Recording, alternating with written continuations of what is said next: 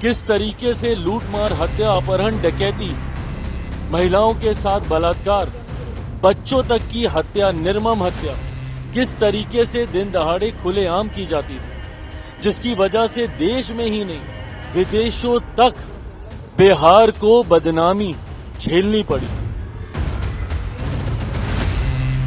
एक और 20 महीना लेके क्या करना चाहेंगे? और बर्बाद करना चाहेंगे?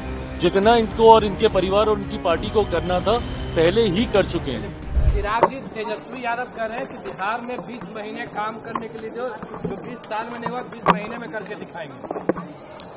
देखिए, ये 20 महीने का जो ये जिक्र कर रहे हैं ना, शायद ये भूल जाते हैं कि 15 साल बिहार की जनता ने इन्हें और इनके परिवार को देने का काम किया, और उन 15 सालों में जो इन्होंने बिहार को बर्बाद करने का काम किया, परिणाम स्वरूप आज भी कई बिहारी जो उस वक्त बिहार से पलायन करके गए थे, पीढ़ियां बीत गई पर वो वापस नहीं आ पाए उनके जंगल राज की वजह से।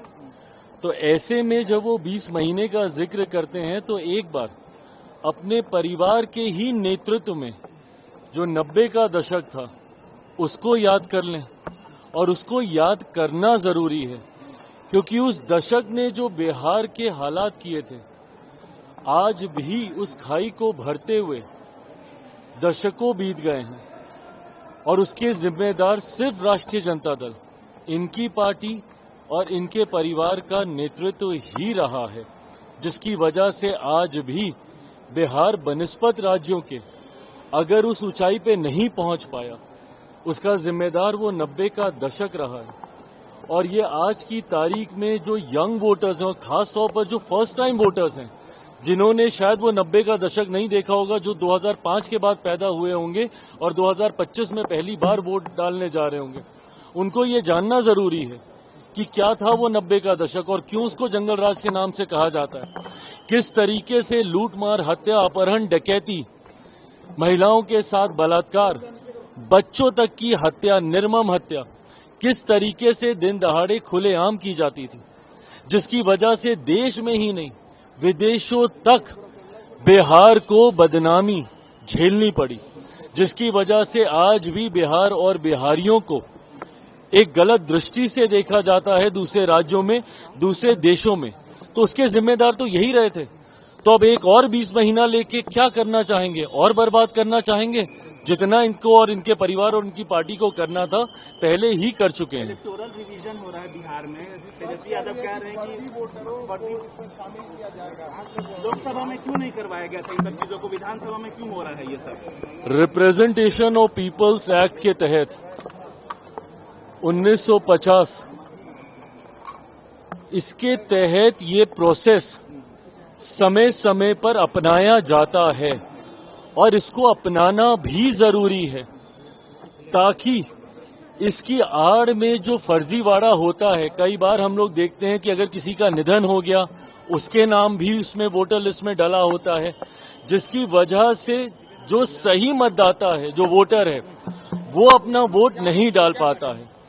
ऐसे में इस प्रक्रिया को और ट्रांसपेरेंट करने की सोच के साथ समय समय पर इस प्रोसेस को अपनाया जाता है, और जिनको इस प्रोसेस से चिंता हो रही है उनको डर पहले से ही है अपनी हार का, और वो लोग पहले से ही बहाना ढूंढने का प्रयास कर रहे हैं कि नवंबर में जब रिजल्ट आएंगे तो इनको कोई ना कोई तो बहाना चाहिए। भाई, ईवीएम का बहाना कितनी बार ये लोग अपनाएंगे? तो अब इनको ये एक और बहाना मिल गया है जिसपे ठीकरा फोड़कर ये अपनी हार की जिम्मेदारी और जवाबदेही से पल्ला झाड़ना चाहेंगे। नहीं दिखा रही है। इलेक्शन कमीशन कह रहे हैं कि कितने सारे कागजात मांगे जाएंगे, बाढ़ का टाइम है बिहार में, कुछ नहीं मिलेगा तो क्या करेंगे उन लोग? जानकारी लेना भाई, उसके लिए जानकारी लेनी जरूरी होगी ना। आपको वो तत्परता दिखानी होगी। जाके पूछिए कौन कौन से फॉर्म्स हैं। 3 तरीके के फॉर्म्स उसमें सामने हैं, और उस 3 तरीके के फॉर्म में ये दिखाया जा रहा है कि भैया 2003 से पहले जो लोग मतदाता सूची में थे उनके लिए वो फॉर्म है, जो उसके बाद जुड़े उनके लिए दूसरे तरीके का फॉर्म है। तो आप जाइए, जाकर आप जानकारी लीजिए, देखिए फॉर्म में क्या है क्या नहीं।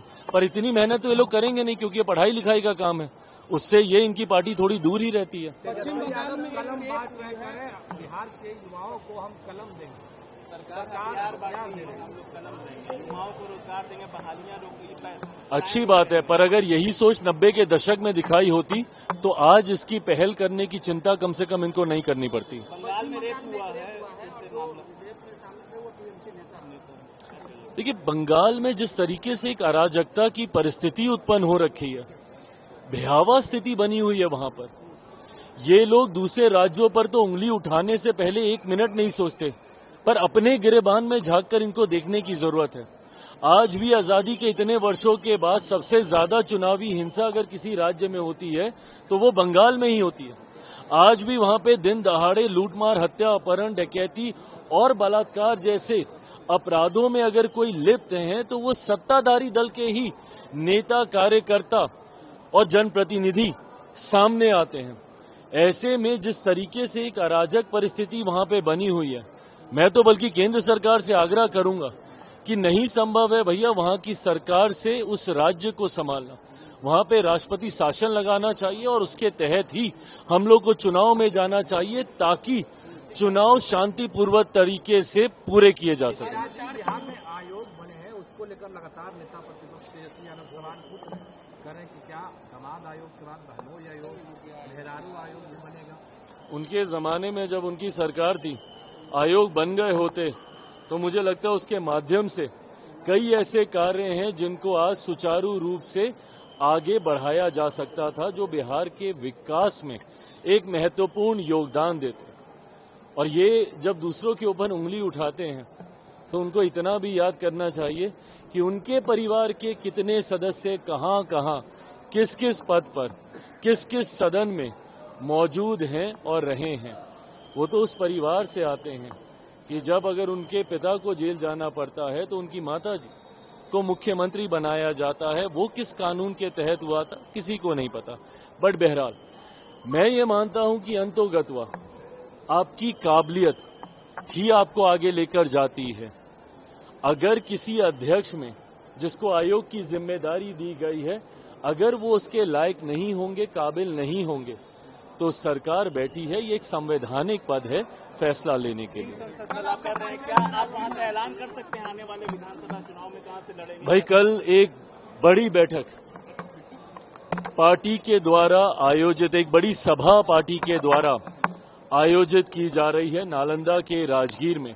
जैसा मैंने कहा कि हम लोग अलग अलग संभाग के कुछ जिलों को एकत्रित कर कर हम लोग ऐसी बड़ी सभा का आयोजन कर रहे हैं। कल बहुजन भीम संवाद है। हाल फिलहाल के दिनों में विपक्ष ने अनुसूचित जाति जनजाति से आने वाले लोगों को भ्रमित करने के लिए कई तरीके के भ्रम फैलाने का, फॉल्स नैरेटिव फैलाने का कार्य किया। लोकसभा के चुनाव के दौरान भी आप सब ने देखा होगा कि किस तरीके से आरक्षण समाप्त कर दिया जाएगा, संविधान की हत्या कर दी जाएगी। ये तमाम बातें, झूठी बातें लोकसभा चुनाव के दौरान भी इन लोगों ने फैलाने का काम किया। इन बातों का असर उत्तर प्रदेश जैसे राज्यों में हम लोग को देखने को भी मिला। ऐसे में भविष्य में चुनाव के दौरान फिर विपक्ष प्रयास करेगा इस तरीके के भ्रम को फैलाने का। किसी तरीके का भ्रम ना फैले और इस बात को सुनिश्चित करने के लिए कि जब तक चिराग पासवान जिंदा है, जब तक चिराग पासवान केंद्र सरकार का हिस्सा है, एक पहरेदार की भूमिका में हूं मैं।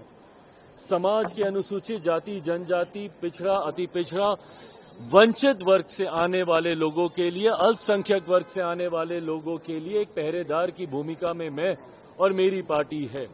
और जब तक हम लोग वहां पे मौजूद हैं, ना आरक्षण को किसी तरीके का कोई खतरा है, ना संविधान को किसी तरीके का कोई खतरा है।